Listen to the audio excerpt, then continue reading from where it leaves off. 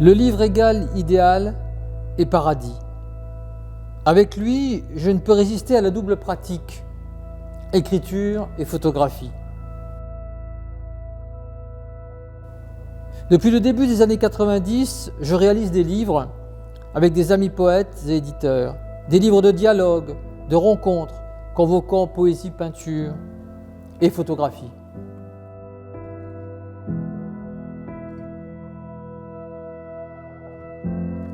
Je conduis également seul des livres performances de format géant tels des serpents de 6 à 10 mètres de long. J'expérimente ceci sur les lieux mêmes de mes errances.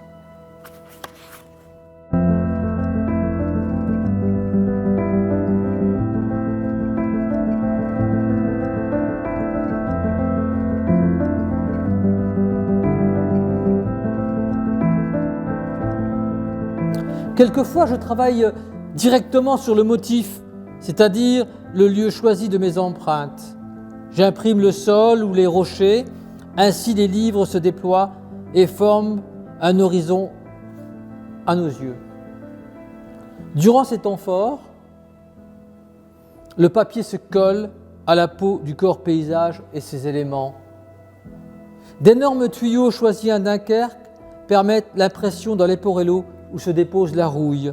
À caniveau rue André-Antoine à Montmartre promet une belle aventure à un ruban de papier manuscrit par Butor. Aux Aisies, la matière d'une grotte augure un hommage à François Augiéras. Vers Terreville en Lorraine, une allée d'arbres inondée avale un livre unique peint à la hâte sur un texte de Bergeret. À l'hôtel Beury, le partage du livre c'est avec Guy Goffette, où nos mains se croisent pour ouvrir l'horizon de l'usage des villes.